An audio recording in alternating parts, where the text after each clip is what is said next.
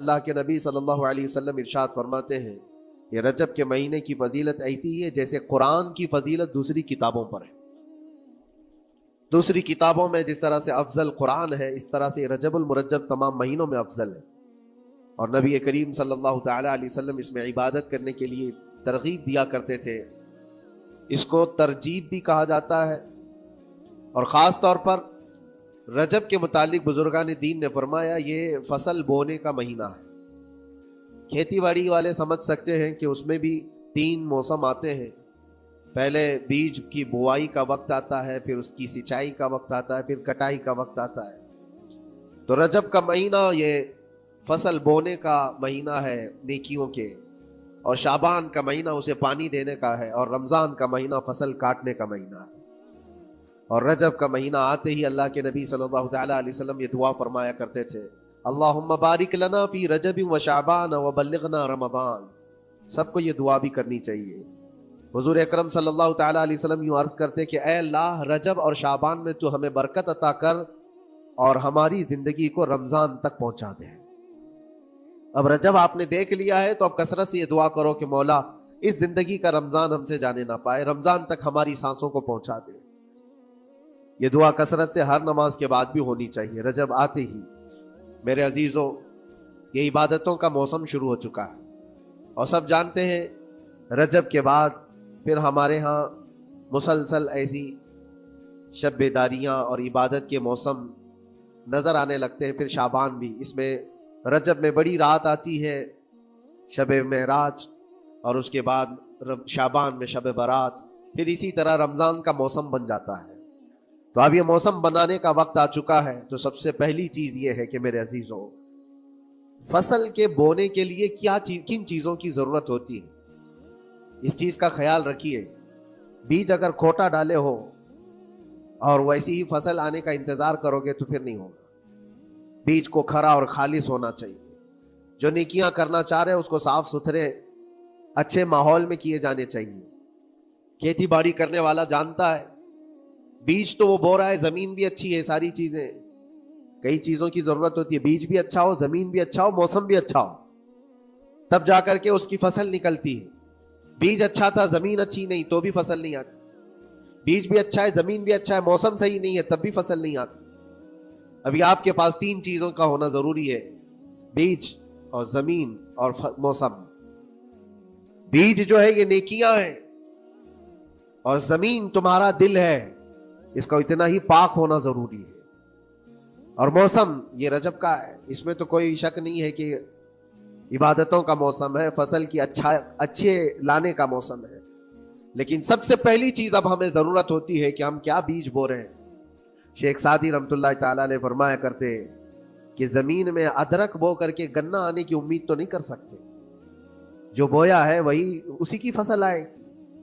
لوگ عمل خیر کرے تو اس کا نتیجہ بھی خیر آئے گا، اور برائیاں کریں اور پھر رمضان میں یہ انتظار کریں کہ میں نے جو بویا ہے اس کی فصل آئے، تو ایسا نہیں ہوتا۔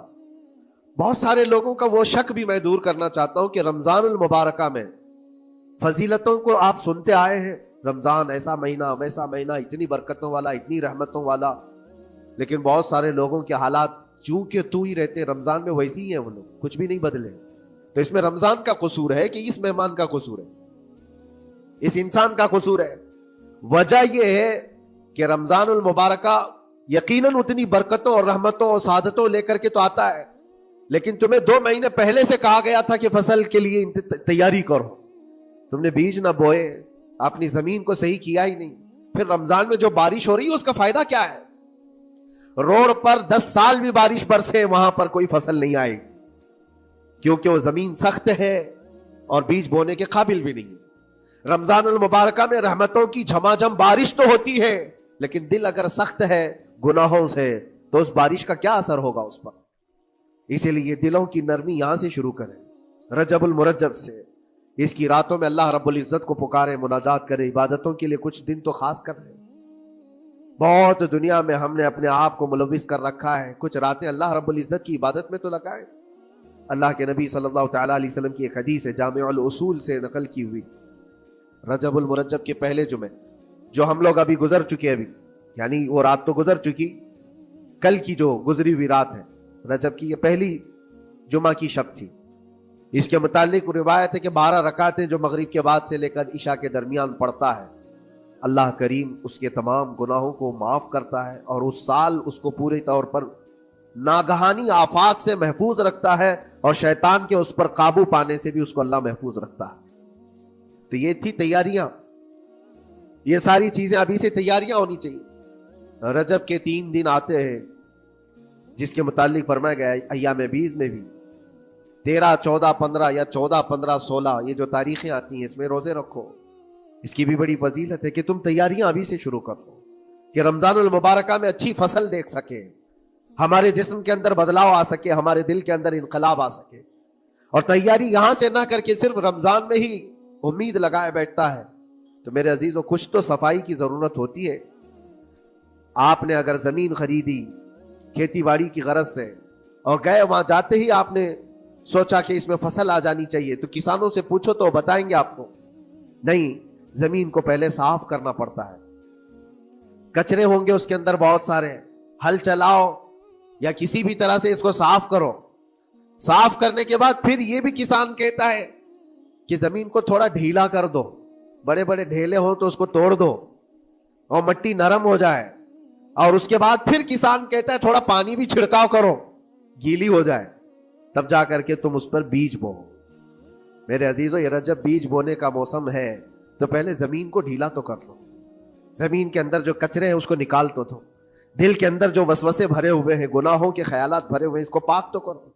اس کو پاک کرنے کے لیے اللہ کریم کی بارگاہ میں آ کر گڑ گڑاؤ. تمہارا ایک آنسو تمہارے تمام گناہوں کو اور اللہ کے غضب کو ٹھنڈا کر دیتا ہے.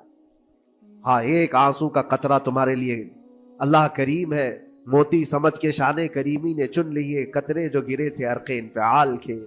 امام غزالی رحمۃ اللہ تعالی علیہ نے لکھا ہے کہ آج اللہ تبارک و تعالیٰ کی رحمت کو اپنی طرف مائل کرنے کے لیے اگر تم کچھ کر سکتے ہو تو بس یہ ہے کہ دنیا رونے اور گڑ گڑانے سے نہیں مانتی، لیکن مولا کریم بندے کے ایک مرتبہ سجدہ کر کے اسے پکارنے سے فوراً قبول کرتا. موسیٰ علیہ الصلوۃ والتسلیم اللہ تعالیٰ سے پوچھتے ہیں مولا جب تیرے بندے تجھے پکارتے ہیں تو اس میں نیک لوگ بھی ہوتے ہیں اور گنہگار بھی ہوتے ہیں، تو کیا تو سب کی پکار کا جواب دیتا ہے؟ توجہ، اللہ رب العزت فرماتا ہے اے موسیٰ میرے پکارنے والے بندوں میں نیکوکار بھی ہیں گنہگار بھی ہیں. ہاں، نیک بندہ جب مجھے پکارتا ہے یا ربی تو میں جواب میں کہتا ہوں لبیک یا عبدی، اے میرے بندے میں حاضر ہوں، بتا تیری کیا حاجت ہے. پھر موسیٰ علیہ السلام پوچھتے ہیں کہ مولا یہ تو نیک بندہ جب پکارتا ہے تو کہتا ہے لبیک یا عبدی، اور جب گنہگار پکارتا ہے تب کیا کہتا ہے؟ رب تعالیٰ فرماتا ہے جب میرا گنہگار بندہ مجھے پکارتا ہے یا ربی تو میں اس کے جواب میں 70 بار لبیک یا عبدی کہتا ہوں. ایک بار پکارے 70 بار جواب. ایسا کیوں ہے؟ تو فرماتا ہے میرا رب نیکوکار کو اس کی نیکیوں پر بھروسہ ہے کہ اللہ معاف کرے، اور گنہگار کو صرف میری رحمت پر بھروسہ ہے.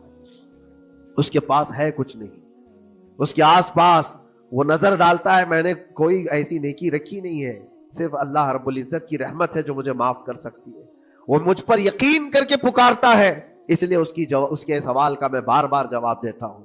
عزیزان گرامی وقار، اقبال نے سچ ہی کہا تھا ہم تو مائل بکرم ہے کوئی سائل ہی نہیں. یہ رب تبارک و تعالیٰ کی طرف سے کہ اللہ تبارک و تعالیٰ کرم پر کرم کرنے کے لیے موقع عنایت کرتا ہے. یا بندے کو آنے کا موقع ہی نہیں ہے، بندہ آنا نہیں چاہتا ہے.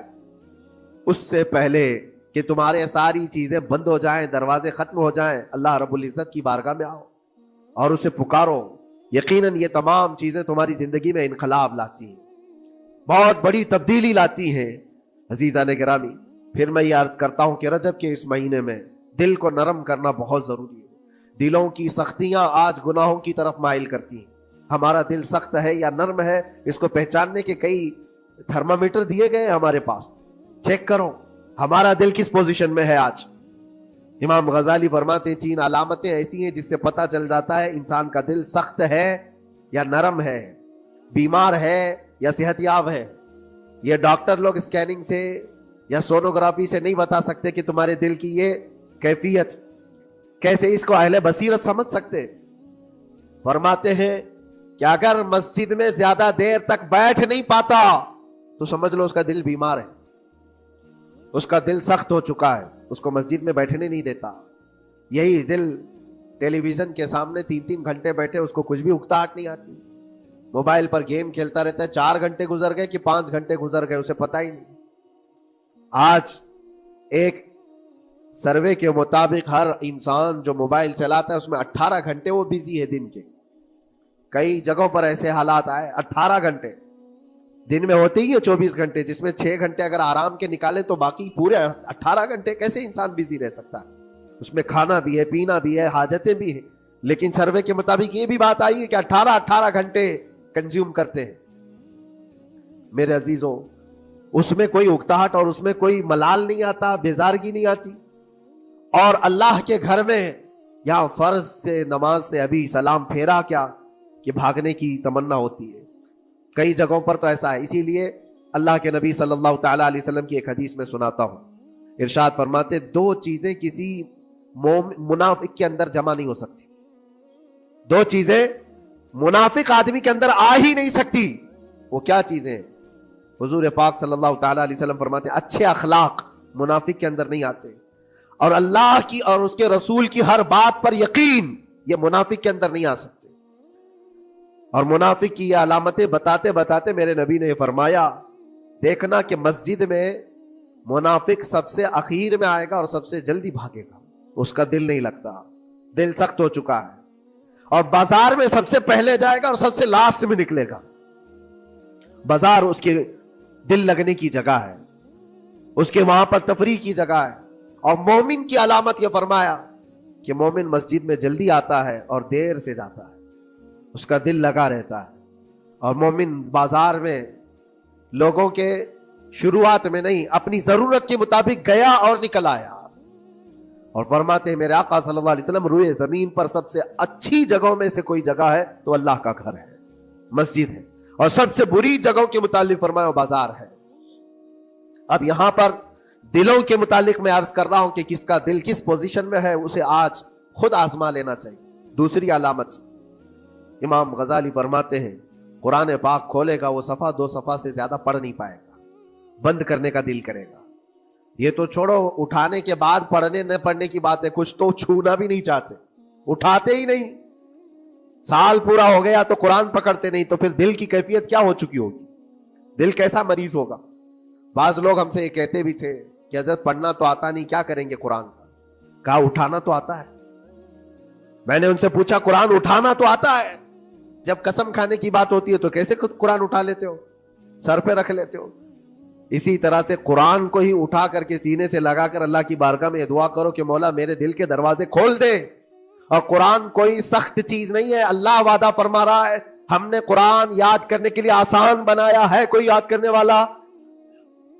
وہ خود قرآن تمہارے دل میں اتر جائے گا. کوشش کرو. دل کی بیماری کی 2 علامتیں میں نے بتایا. اگر بیمار دل ہے تو زیادہ یہاں بیٹھ نہیں سکتا اور زیادہ دیر قرآن پڑھ نہیں پاتا. تیسری بات فرماتے ہیں کہ تیسری علامت یہ ہے کہ ہمارا دل اگر سخت ہو چکا ہے تو جیب میں پیسے ہوں گے لیکن کوئی مانگ رہا ہوگا اللہ کے نام پر، دینے کی طبیعت نہیں کہیں، دینے کی طبیعت نہیں کرتی. اور یہ چیز ہاتھ اٹھانے کو تمہارا دل نہیں کرتا تو سمجھ جاؤ کہ دل بیمار ہے. اور دل کی بیماری لے کر کے اگر کوئی رجب میں سوچتا ہے کہ میں بیج بوؤں گا تو کیا فائدے کا؟ زمین سخت ہے، زمین سخت ہے اور اس پر بارش بھی ہوگی تو کچھ فرق نہیں پڑتا، فصل نہیں آئے گی.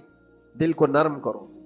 اور ایک علامت میں بتاؤں، اور ایک علامت کہ دل نرم ہے یا سخت ہے، اس کی ایک علامت یہ بھی ہے اللہ کا جب ذکر کرے، جنت کا جب ذکر کرے، جہنم کے عذابات کا ذکر کرے، قبر کے معاملات کا ذکر کرے، حشر کے سوالات کا ذکر کرے تو اس کی آنکھیں ڈبڈبا جائیں اور آنسو نکل آنے لگیں. قرآن کی آیتیں سن کر کے اس کا دل ہلنے لگے اور آنسو آ گئے تو سمجھ جاؤ کہ اس کا دل نرم ہے. ابھی اس کا دل بیمار نہیں ہوا، ابھی اس کا دل بیمار نہیں ہوا. لیکن یہاں تو پوزیشن الگ ہے، سچویشن الگ ہے. ہم تو پتہ نہیں کن کن چیزوں میں رو لیتے ہیں لیکن اللہ کا کلام سنتے ہوئے کسی کے کان پر جوں بھی نہیں رینگتی. لوگ تو گانوں پر تھرکنے والے اور نغموں پر اچھل کود کرنے والے وجد کی بات کرتے ہیں، لیکن اللہ کا کلام پڑھنے پر کوئی کسی کو وجد کیوں نہیں آتا؟ یہ ایمان کی علامت ہے. قرآن میں اللہ نے فرمایا اذا تلیت علیہم آیاتہ زادتہم ایمانا، جب اللہ کی آیتیں ان پر تلاوت کی جاتی ہے مومنین پر، ان کا ایمان بڑھ جاتا ہے۔ کیا آپ امام کے پیچھے قرات سن کر کے اپنے دل میں ہلچل محسوس کرتے ہیں؟ سننے کی طبیعت کرتی ہے؟ بلکہ ادھر نماز پڑھ کر کے جانے کے بعد آدھے گھنٹے کے بعد پوچھے آج پہلی رکعت میں کیا پڑھا تھا، دوسری رکعت میں کیا پڑھا، آپ کو پتہ ہی نہیں رہتا، یاد ہی نہیں امام صاحب کیا پڑھ رہے تھے، میں تو دکان کا حساب کتاب کر رہا تھا، کیا خبر ہے کہ انہوں نے کیا پڑھا۔ تو قرآن کو توجہ سے پڑھے ہوتے تو تمہارے دل میں بھی وہ باتیں اثر کر رہی ہوتی۔ میرے عزیزوں، کتنے ایسے لوگ ہیں جو صرف اور صرف قرآن پاک کی تلاوت کی وجہ سے دلوں کو نرم کر دیا گیا ہے۔ میں اسی بات پر آج فوکس کر کے ختم کر دوں گا۔ رجب المرجب بیج بونے کا موسم ہے تو دل کے نرمی کے ساتھ ہی بیج بو، کیونکہ یہ زمین ہے تمہاری، اور زمین نرم نہ ہو تو کتنی بھی نیکیاں کرو کیا فائدے کی۔ دل سخت ہے، گناہوں سے لبریز ہے، اور دل کو نرم کرنے کا علاج دو چیزیں بتائی گئی، کریں گے انشاءاللہ۔ دو چیزیں بڑی آسان ہیں، اگر دل کو نرم کرنا ہے تو دو چیزیں فرمائی گئی، کثرت سے قرآن پاک کی تلاوت کرو یا کثرت سے میرے نبی پر درود پاک پڑھا کرو۔ دو چیزیں کر کے دیکھو، تمہارا دل نرم ہو جائے۔ اور بھی دوسری علامت، دوسرے علاج بھی میرے آقا نے فرمایا۔ ایک صحابی آئے تھے، انہوں نے عرض کیا یا رسول اللہ صلی اللہ علیہ وسلم، لوگ آپ کے پیچھے نماز پڑھتے ہیں تو زاروں قطار رونے لگتے ہیں، جب آپ دعا کرتے ہیں تو وہ دھاڑے مار کر کے روتے ہیں، میں کبھی رو نہیں پاتا، میرا رونا نہیں آتا، میں بھی قرآن سنتا ہوں، میں بھی آپ کے پیچھے نماز پڑھتا ہوں۔ تو حضور پاک صلی اللہ علیہ وسلم نے فرمایا تمہارا دل سخت ہو گیا ہے، تمہارا دل سخت ہو گیا ہے۔ انہوں نے کہا کیا کروں، علاج کیا ہے اس کا؟ وہ مسیحا امت ہے میرے آقا، ہر ایک کا علاج جانتے ہیں، کس کو کون سا علاج دینا ہے۔ نبی پاک صلی اللہ تعالی علیہ وسلم فرماتے ہیں جاؤ کسی یتیم بچے کے سر پر ہاتھ پھیرو، اللہ تمہارا دل نرم کرے گا۔ ان کے لیے وہ علاج رکھا گیا تھا، جس کو جیسا علاج بتایا میرے آقا صلی اللہ علیہ وسلم نے، کسی یتیم کے سر پر ہاتھ پھیرو دل نرم ہوگا۔ لیکن دل کے نرم ہونے کے علاج اللہ کے نبی صلی اللہ علیہ وسلم کے شفا خانے میں ہے۔